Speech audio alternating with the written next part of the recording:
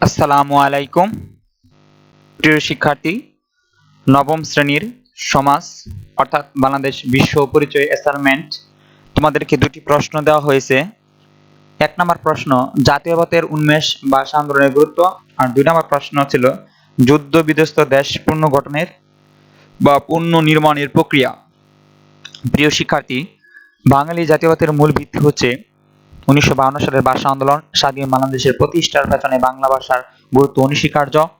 ভাষা আন্দোলনের মাধ্যমে তৎকালীন পূর্ব বাংলার গণতান্ত্রিক আন্দোলনের সংহত হয়ে অগ্রগতি লাভ করে। প্রিয় শিক্ষার্থী, ২য় নম্বর প্রশ্ন হলো যুদ্ধ বিধ্বস্ত দেশ পুনর্নির্মাণের প্রক্রিয়া। এটির স্টেপ হলো আমাদের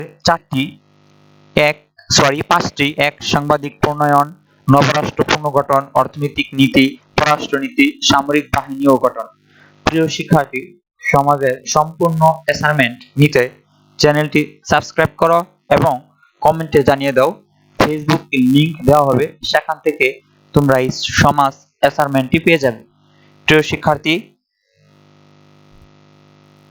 অবশ্যই সাবস্ক্রাইব করে বেল বাটনটি অন করবে, যার কারণে তোমাদের প্রথমেই নোটিফিকেশনটি চলে যাবে।